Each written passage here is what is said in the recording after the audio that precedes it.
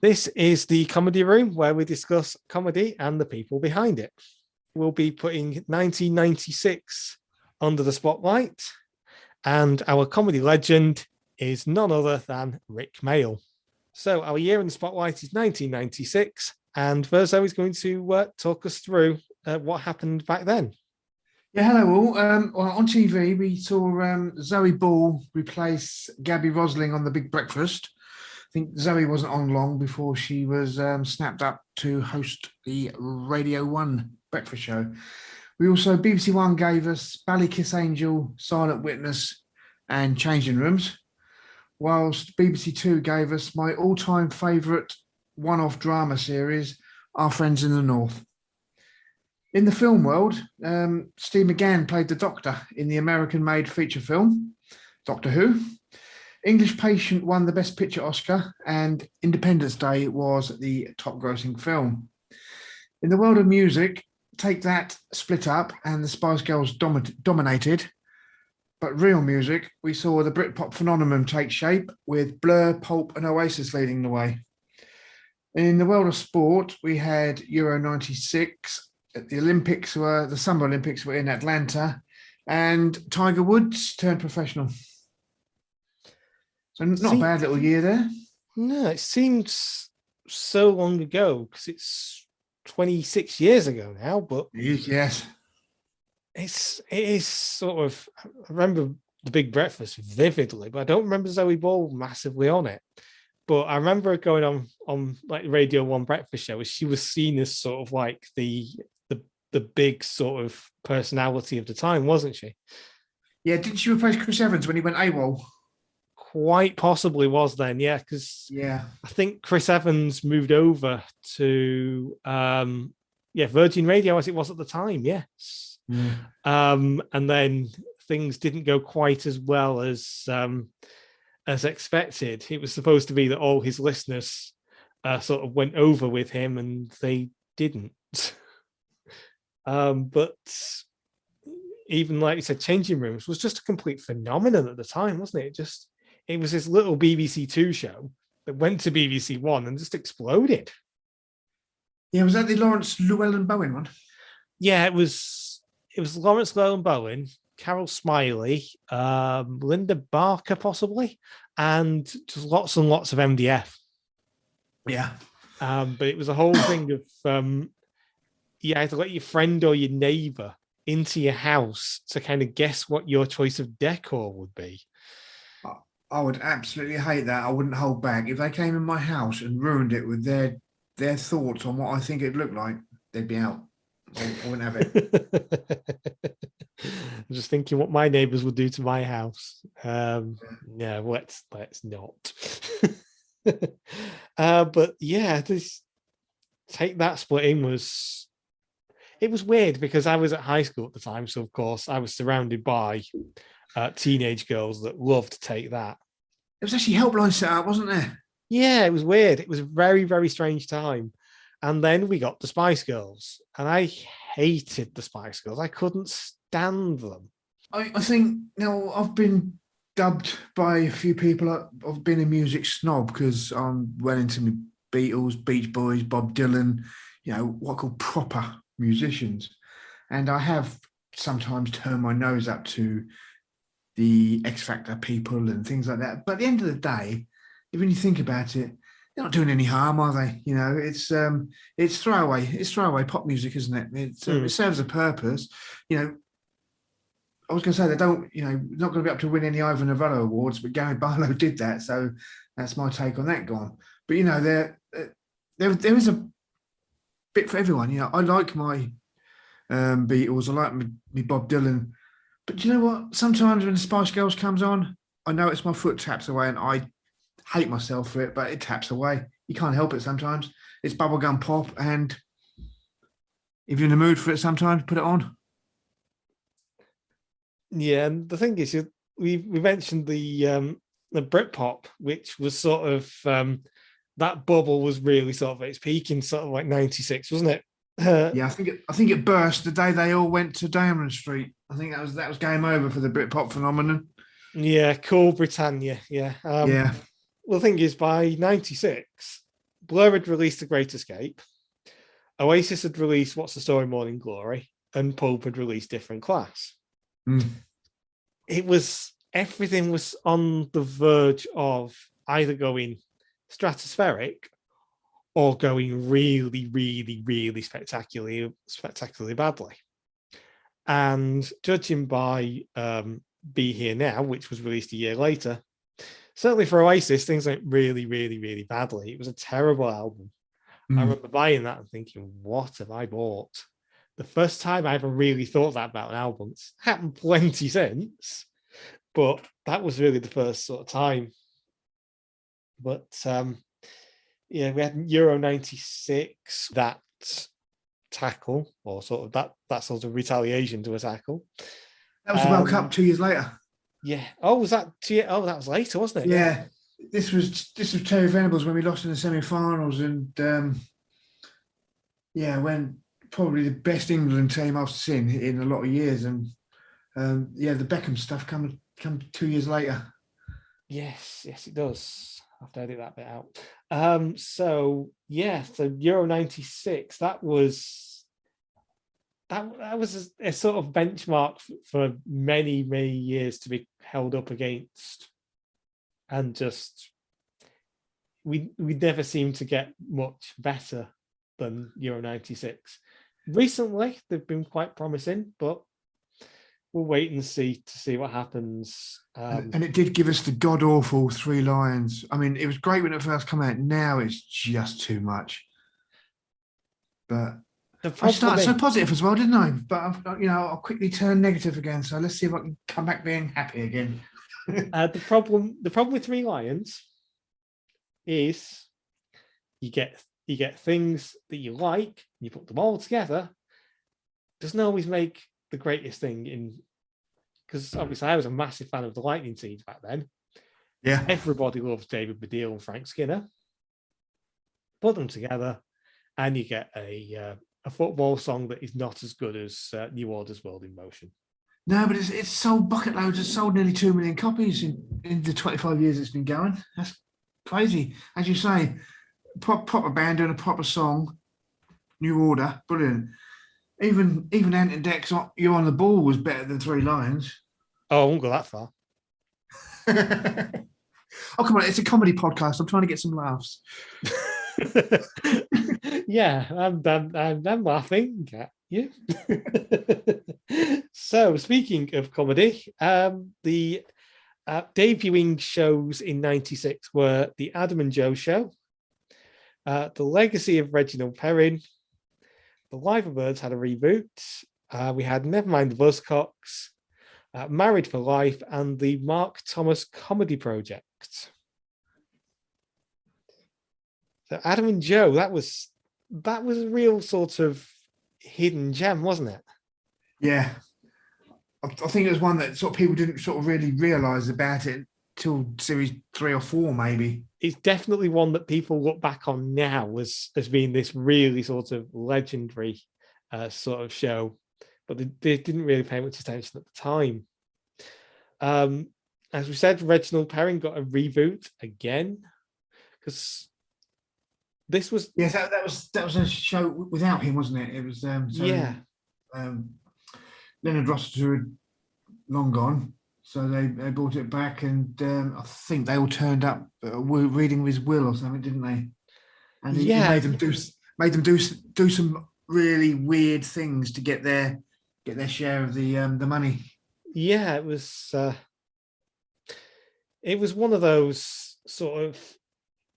I think the problem was that by the mid-90s, it was really sort of just going for people that remembered the original. Yeah. So with a lot of standalone shows, you don't need prior knowledge of what's gone on in other things. But with spin-offs, you really kind of have to hone in on the existing fans. And it was more or less, apart from Leonard, it was more or less the old cast, wasn't it? Even Audrey from Coronation Street came back, didn't she? Yeah, I'm not a big fan of reboots and things, unless it's a show I've been really, really into. The Live Birds got a reboot as well. Yeah, that was. I don't recall the reboot. I watched some of the earlier stuff because when UK Gold first came out, it was a phenomenal TV channel because it Yeah, was before the days of streaming, wasn't it? And no, yeah. we hadn't seen the old shows again, so when they put them on, it was brilliant. So I remember seeing some of the earlier stuff, but I don't recall the comeback series at all. One that was definitely a real highlight of this sort of era for me was Never Mind the Buzzcocks. Yes. Absolutely love that show because obviously you put my two favorite things together, music and comedy, and you're just going to get anarchy. And that was the key sort of theme of the show, was the sort of anarchy that was going to happen. Yes, I suppose 96, the first series, that must have been Sean Hughes, Phil Jupitus, and Mark Lamar. Well, then, yep. Sean Hughes, absolute legend, brilliant comedian. Phil Jupitus is hilarious, and Mark Lamar. So at that point, to most people, he was 50s throwback Mark Lamar from Shooting Stars. Yeah. So this was him sort of really establishing himself as a comedian in his own right, Yeah. who rather than just being the miserable guy, Yeah, and he was the front man rather than a foil for other people's jokes, wasn't he? Yeah, and they had a really good team of writers on that. A lot of there's all sorts of things on there. There's the running joke of a gentleman called Athelston. He was in the Identity Parade every single week. Yes. Irrespective of who else was in the Identity Parade. Then they brought in the pirate as well. So it ended up of you'd have the person you were trying to find, two decoys, Athelston and the pirate. And they even one episode brought in one of the Nolans. And it was completely obvious who she was. And they're supposed to keep really kind of straight faced. Yeah. And she didn't. I think it was possibly Linda Nolan. And it was like they were really sort of making every single joke you could about the fact that we all knew who she was, because it was a case she was still famous, she was still performing, she was still as famous as she ever was. And it was just so funny. Such a brilliant show. Yeah, the Christmas puddings. Oh my god! As the scores, they popped up on a Christmas special and they stayed there for the rest of the run, didn't they? For years. Yeah. It was a brilliant show. They've recently rebooted that with Greg Davis, and they've got they've it's as good as it was. Well, yeah, very nearly as good. Yeah, Greg Davis really sort of has the same sort of chaotic energy as Mark Lamar did.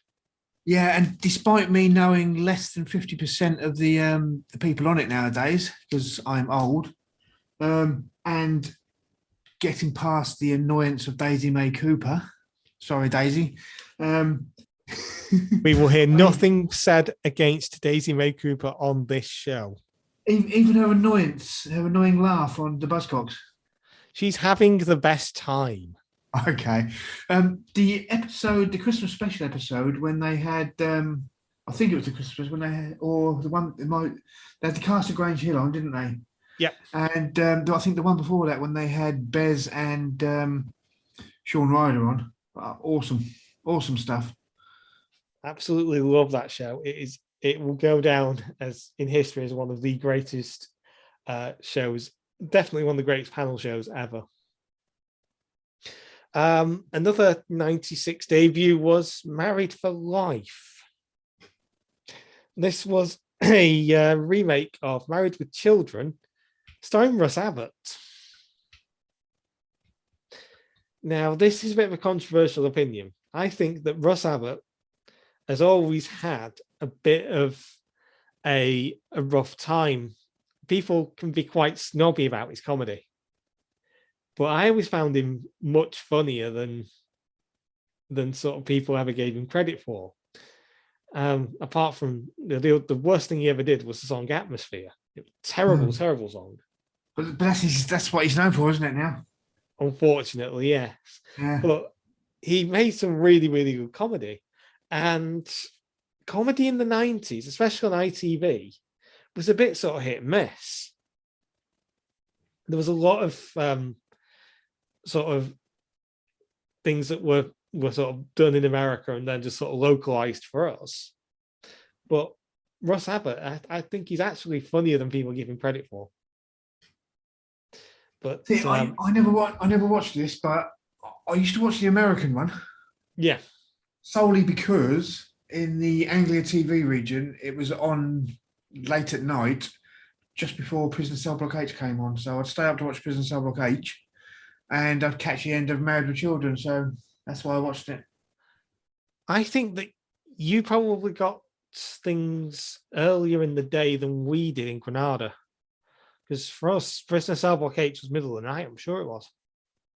I think in Anglia, it used to be on sort of 11:30 at night. I think it was later for us. Yeah. I lived in the Anglia TV region where we didn't make a great deal of our own programs, where Granada did. So probably you had less time to fill. Yeah. I think the only thing Anglia TV made of any repute was Survival and the Chief starring Tim Pickett-Smith. Survival, that was the nature documentary series that was kind of pioneered by the chief exec of Anglia, I want to say. Yes, that's it, yeah. Can't remember the guy's name, but he was very, very big on nature docs. Yeah. And finally, in terms of shows that were new, the Mark Thomas Comedy Project. That was Mark Thomas. He's very sort of political, isn't he? Yes. Yeah. I don't remember this one, but I remember some of his other stuff, and it was a bit weird. Yeah, I do believe the comedy project turned into the product. So they changed the words from project to product. Pretty much a similar sort of show where he'd mix his comedy in with politics. Yeah, and that either works brilliantly or terribly. There's never really in between with political comedy, and it does age very, very badly as well. Yeah, and it splits the audience because you're either pro his beliefs or you're anti his beliefs, and either or, you know, if you're anti his beliefs, you lose 50% of the audience. Yeah. Speaking of political comedy, Spitting Image finished its original run in '96. So that was going to be it for 24 years. It only started again in 2020. And having watched some of the remake, the reboots, they should have left it alone. So I've made it pretty clear I'm not a fan of political comedy at all. I feel it dates very, very quickly, and I've not really watched any Spitting Image of the new version. It just doesn't appeal. I think if you ask people of a certain age about Spitting Image, they'll just sing you the chicken song. I remember the chicken song. I remember the chicken song very, very vividly. Yeah. That's all I really remember of Spitting Image, like the first time round, obviously. That's why we should never, ever trust the British public, because they buy things like the chicken song and send it to number one. Yeah, I have not paid attention to the charts probably since about that era. Anyone who knows me in real life will know that my music taste is pretty much stuck in that era. Another show that finished in this era was The Upper Hand. That was the British version of Who's the Boss. This was very much an era of sort of safe comedy on ITV, wasn't it? Yeah. So the other hand, that was based on, as I said, based on Who's the Boss, but they changed the housekeeper's occupation from former baseball player to former football player, and it was one of the first sort of class-based comedies on ITV since Duty Free, which had finished roughly sort of it's about 6 years earlier. No, it was less than that, wasn't it? Because Duty Free finished in 86. Yeah, Christmas Day 86. And then The Upper Hand was started about 1989, 1990, didn't it? Yeah. But yeah, it was very sort of safe comedy, wasn't it? Yeah, I think it sort of it did sail very, very close to the American originals, apart from when they went off and married the two off. That never happened in America. Yeah, it was Charlie was Charlie and Caroline, wasn't it? yeah. It was one of these where it was, as I remember, it was becoming sort of inevitable that that's the way they were going to go with it. It seemed that that was their sort of big plan for the show, was that we were going to get this sort of Hollywood ending, and that was going to be the end of it. Yeah, not a massively memorable show. Very much a safe comedy for ITV to do. It was whereas other channels were doing things that were more sort of edgy. They were going for very sort of safe comedy. So that was pretty much a theme of ITV comedy in the 90s.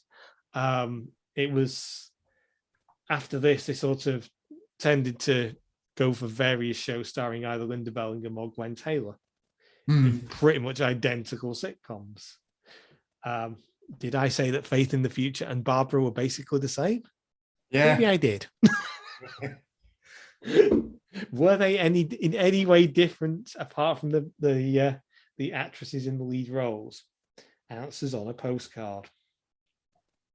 But we also got our last series of Chef, the Lenny Henry comedy. Yeah, I enjoyed that. It was one of those where it was very much a comedy that the BBC sort of abandoned. And we've sort of alluded to this previously, that some BBC comedies get all the releases and re-releases and things like that, and some just get ignored. So there seemed to be a theme where it was, if they had a famous comedian in the lead role, you'll see nothing of it. So there was Mel Smith in Colin Sandwich. There was obviously Lenny Henry in Chef, Jasper Carrott in All About Me. All shows that were popular at the time and just haven't had any sort of reboot. I don't know if it's down to the fact that the respective comedians don't want them re-released, don't need them re-released, as they're all doing rather well for themselves. Or is it just that the BBC have just decided, no, you're getting what you're getting, and that's it? Yeah, I suppose when it came out, it was probably the time where the BBC didn't actually make them, did they? They production companies did, and the BBC so the rights might not belong to the BBC, and as you say, that might be Lenny Henry, and he might be embarrassed by it. Yeah, I don't know. It was quite good. It was he was quite aggressive, wasn't he? And a chef, and he was sort of he was the TV chef before TV chefs were a thing. So Gordon Ramsay must have watched this and stole some of his ideas. Big fan of Gordon Ramsay. I think I have a lot of time for him. But yeah, he's definitely. It was weird for Lenny Henry as everything else he's done has been sort of happy and very sort of likable characters. He's kind of on-screen persona has always been whether he is a character or whether he is Lenny Henry himself, he's very, very likable. And in Yeah. Chef, he wasn't very likable. He was quite a horrible person. And his wife, double-barreled name, if I remember rightly. She was in The Knock. Do you remember The Knock, the drama on Sunday nights on ITV?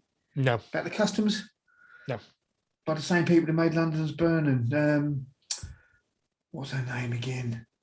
Caroline Lee Johnson. Yeah, that was his wife. Okay. Yeah, I can't recall much else she's been in, to be honest. She sort of kept him in check a bit, didn't she? Yes, we had the original runs of Fab and Only Fools and Horses ending as well. There were some later episodes, but they were not really up to scratch, were they? No, I've had the argument with people for a long time, and I'll keep having it as well. The 3 comeback episodes of Only Fools and Horses diluted its brilliance. It should never have happened. When the Trotters walked down that path into the sunset as millionaires, that's when it should have ended. But that's the thing. That's the thing, is that was the whole sort of, that was the intended plot, wasn't it? Yeah. It was it would have ended everything and kind of gone full circle, and we had literally everything. It was a case of, this was what the ambition was, and that was it, But and the fact that it ended with they became millionaires from an item that they put in their garage in the first episode is perfect. Yeah, it's brilliant, as you say, full circle. If the whole run of Only Fools and Horses, they've been sitting on millions, and they didn't know about it, and lo and behold, BBC flogged, well, a dead horse, but they called in their cash cow, didn't they? And unfortunately, for me, it didn't work. Others will probably disagree with me, and they're well entitled to their opinion, but mine is they should never have happened. That's the thing, is that you want a resolution to something, and once you've got that, and it was a case of Only Fools and Horses was built on one day we will be millionaires. And once they are, that's it. That's the whole show has fulfilled its purpose. We're going to be millionaires. They are millionaires. Final credits. Off you go. And leave the audience wanting more. We all wanted more episodes of Fawlty Towers, but it never happened. It left on a massive, massive high. Yeah, and Ricky Gervais does that nowadays, doesn't he? He says, I'm not doing it anymore because it will ruin it. I'll leave it as it is. Done. And that's the thing, is that he has the guts to say that's exactly what he's doing. And not everyone's going to be entirely happy at the time. But I think he has much more of an acknowledgement of, sitcom history as part of our history as British people. This is it. We make a lot of sitcoms, and some of them are pretty good. Yeah. And it works for us too, doesn't it? It does. So we did say our final farewells to some comedians in 1996. Leslie Crowther, Beryl Reid, Michael Bentine, and Willie Rushton. I love Bentine's Potty Time growing up as a child. Brilliant stuff. But long before you were even on this planet, pal, I think. Michael Bentine's Potty Time, late 70s. Yeah, I was 81. Yeah. And Willie Rushton with his big ginger beard.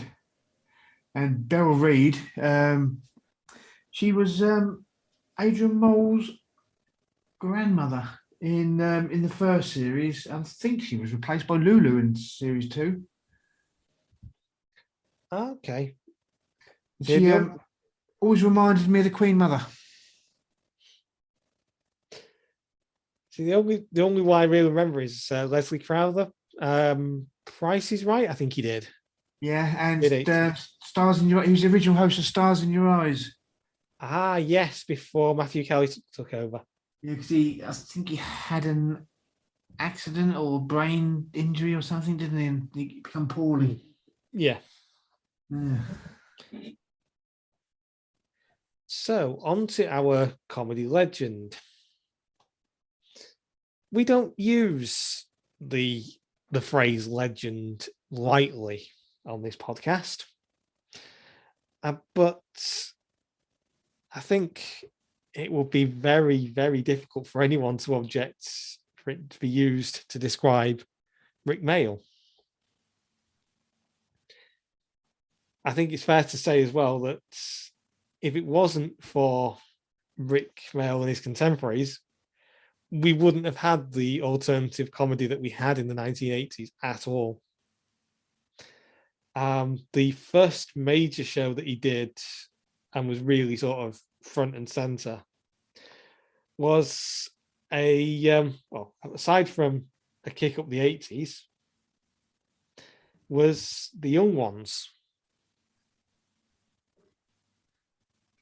Yeah, as Rick, fabulous character, brilliant. It's weird sort of watching The Young Ones as somebody who wasn't watching it first time round, because obviously The Young Ones was 82 to 84, so when it finished I was 3. But to see it as basically young versions of comedians I was really sort of familiar with, and just the sheer anarchy that there was in the show. Yeah, It was just so funny. And it really kind of gave people a real sort of view of what alternative comedy could be. That it could be very sort of loud and surreal, and that there could be all kinds of things that you couldn't really explain going on. And it was like nothing else that we'd ever seen. And it was, and I wonder, I can only imagine what it was like watching it at the time. it was one I struggled to watch because I think, as I've mentioned in the past, it was on BBC Two, and we didn't have that channel on in my house. So I snuck in the occasional episode. One Madness appeared on there. I think Madness were the only band who appeared twice throughout the run. I might be wrong, because I did read. I was reading a Ben Elton book, and he said the BBC weren't didn't want to sanction any comedy. They'd only sanction entertainment. So they stuck a band in every episode and told them it's entertainment. And that's how it got sanctioned. That was Ben Elton's idea. He said, this is one way around it. We'll pop a band in every time. I think Iron Maiden were one, weren't they? Madness. And yeah, and that's how they got it past the no new comedy thing by the BBC. Brilliant. Well, it was still, the Young Ones were still on when he actually made his debut in Blackadder. Yeah. As a character called Mad Gerald in the first series. The original Blackadder is. I think I've only watched it twice. The others I've watched endless times. I just didn't like the series one. It's not the best, is it? No. But the next time he was on Blackadder was in series 2 in 86. Flashheart. Yes. Phenomenal character. Yeah. It was just completely surreal and just to be able to just put that character in for Blackadder to deal with. And that was the situation. It was literally a case of he's someone that is whereas chaotic.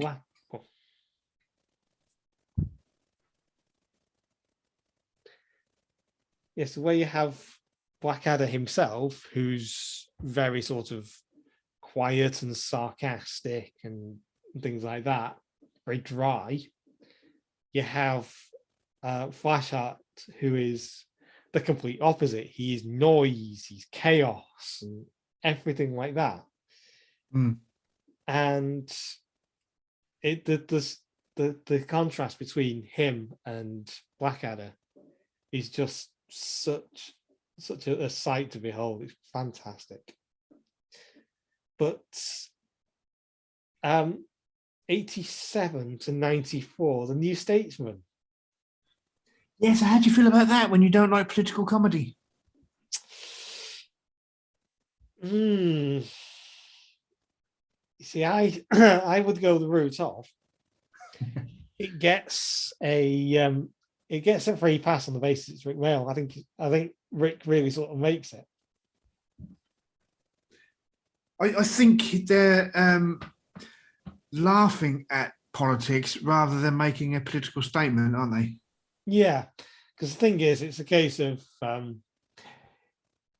it's a fictional person who isn't doing anything based on something. Whereas if you watch sort of Spitting Image, it's a case of they're making a statement about something that's happening right there and then. It's a specific event. It's a specific person has done something on that day, and that's what they're laughing at. And a week later, it's not the current thing anymore. Whereas it's a case of there's a parody of the overall of politics as a whole and a complete fictional character.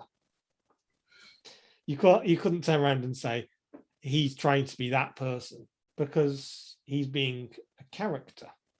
You don't look at him. He doesn't put a wig and a suit on and I'm so and so. The way that a lot of your political comedy would be. Yeah, you might watch sort of like Have I Got News for You, or more like What Mock the Week, and you'd have someone do an impression of somebody.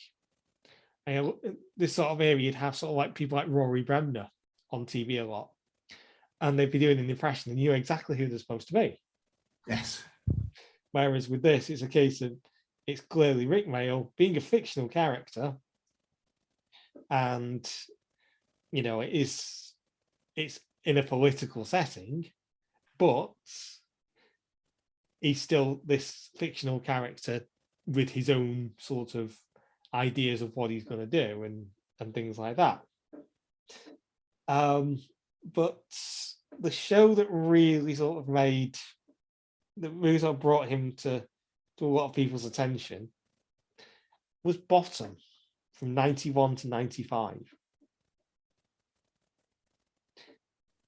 And it was, to watch it at the time, it was a strange kind of show in a good way, because obviously I watched bits of it at the time, and it was a case of obviously knew who Rik Mayall was, and it was very much his sort of trademark of this kind of loud comedy, kind of anarchy, alongside Aid Edmondson. But it's such a massively quotable show. It's things like the episode with the gas man, and the whole thing of reading the Vita. And what's the Vita reading? 0000000. And the steaming cold tea and bus surfing and all this sort of stuff.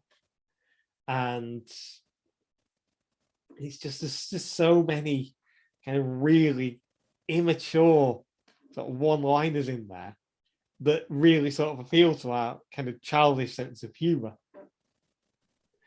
And even like they have like the Christmas episode where they have the aftershave Gur for men.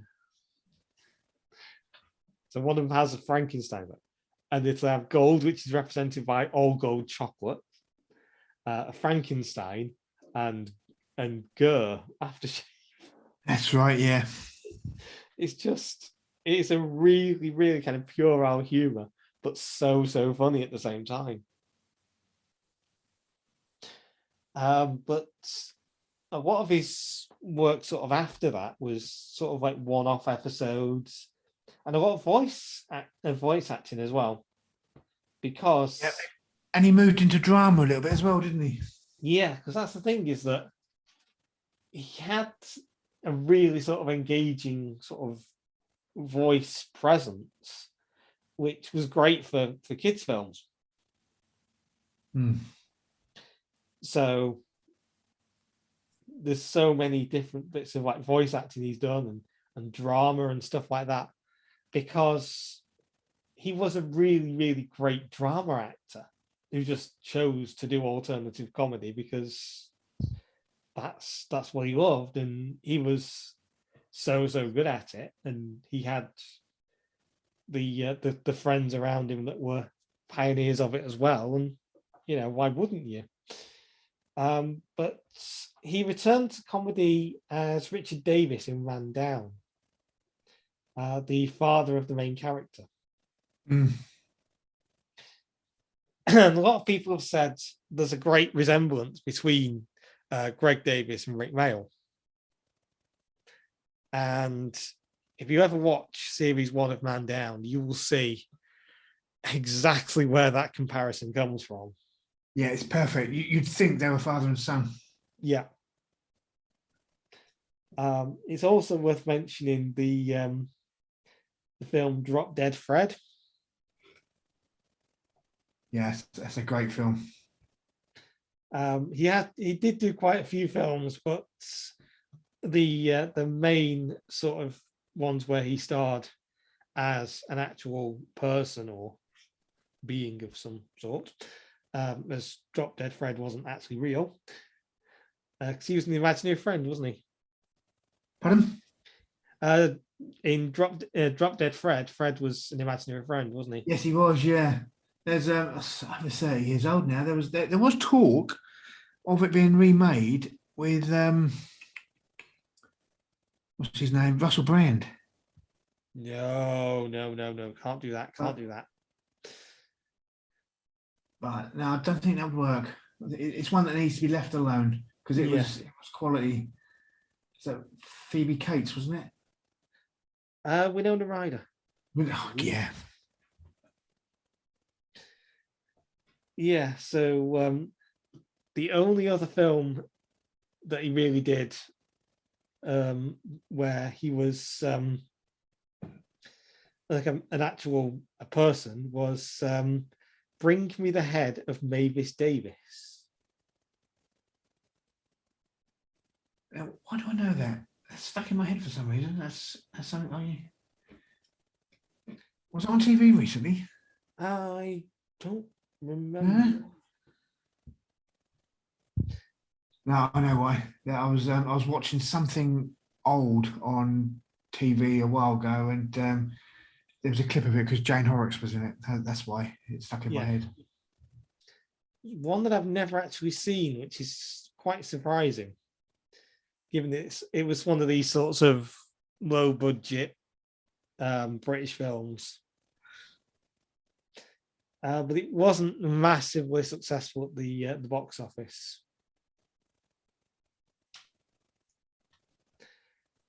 Which is a shame. But he was actually in one of the Harry Potter films, but he was actually cut from the final edit, which is a shame. But yeah, definitely a comedy legend, and a massive shame when we lost him In 2014, he was only 56. Is it that long ago? Is it 8 years this year? Yeah, It's flown by. but one thing that is absolutely hilarious to, if you ever try and find letters to people when, well, so fans would write to him Yeah. and he would reply. And his replies were very, very, very typical Rik. So you'd have, there was one that I remember seeing that came to light just after his death, which was somebody had they'd been set a school assignment to write to a famous person to see if they got a response. He got a response, all right. I think that Rik actually went through and corrected his letter. So instead, so he changed celebrity to legend, I think, and things like that.